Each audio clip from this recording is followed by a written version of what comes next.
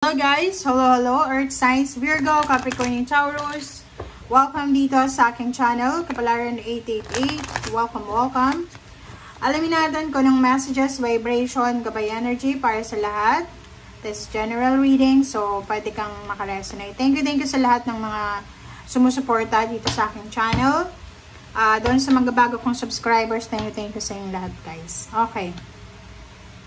Number 21, 3, family room. Dito sinasabi ng bara sa'yo, Earth Signs, Virgo, Capricorn, Taurus, na ang focus mo ngayon is yung pamilya. Meron ditong Earth Signs na nakatanim na sa utak niya na kailangan niyang iparenovate yung bahay nila. Kailangan niyang, tawag dyan, kailangan niyang magpatayo ng bahay, kailangan niyang mag-ipon ng pera para sa pagpapatayo ng bahay. Kailangan niyang, parang puro to material na bagay para sa lahat ng miyembro ng pamilya. Parang ganun. So, yung iba din sa inyo dito, sobrang, anong tawag dyan? Lakas loob. 'Di ba? Sobrang motivation and determination yung mararamdaman mo para sa pag-aasenso. Yung parang maiisip mo ngayon na lahat ng paraan gagawin mo as long as na hindi naman siya illegal or hindi naman siya nakaka-apekto sa ibang tao. Kasi ang nakikita ko ditong Earth Signs na sobra siyang yung eagerness niya na yumaman, eagerness na makaalis sa financial problems, eagerness na makahanap ng trabaho, stable na trabaho, makahanap ng tao na pwedeng makatulong sa kanya financially, parang ganun. Okay. So, kung makikita mo dito sa first two cards mo, sinasabi ng bara sa'yo na isang love offer, pwedeng isang friendship offer, pwedeng yun, intimate offer ng kasal, or new relationship ang posibleng darating sa'yo.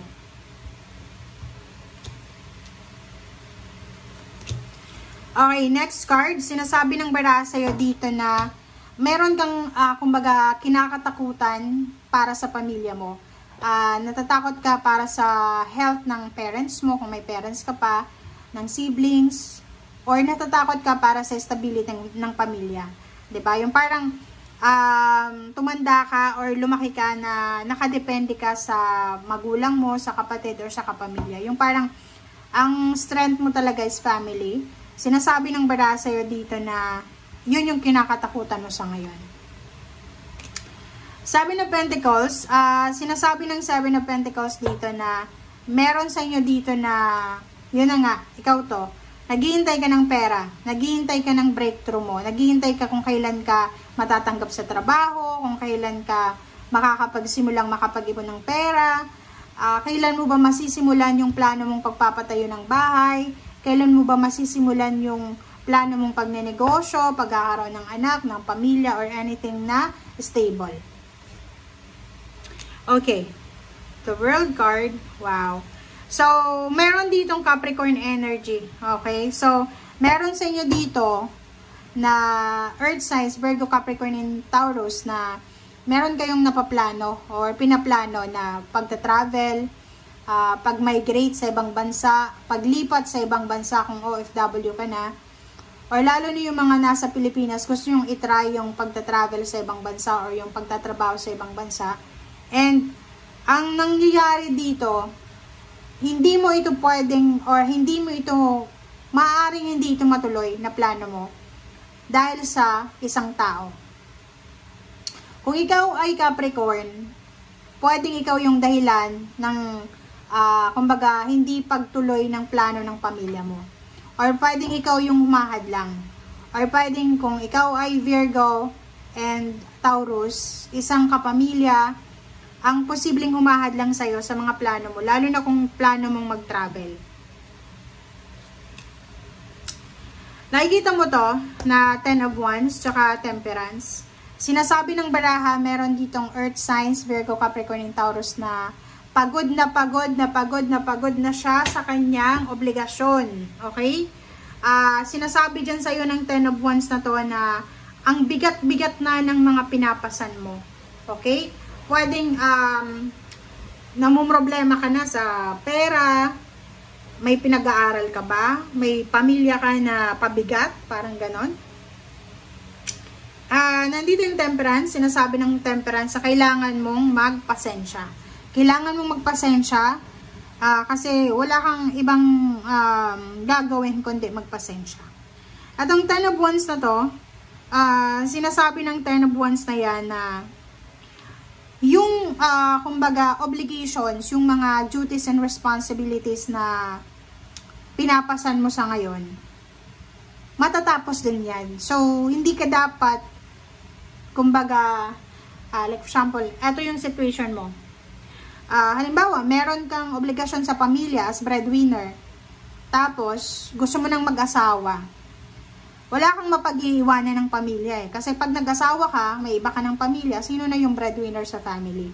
So, dito sinasabi ng baraha, kinakailangan mong maging mapasensya, kinakailangan mong maging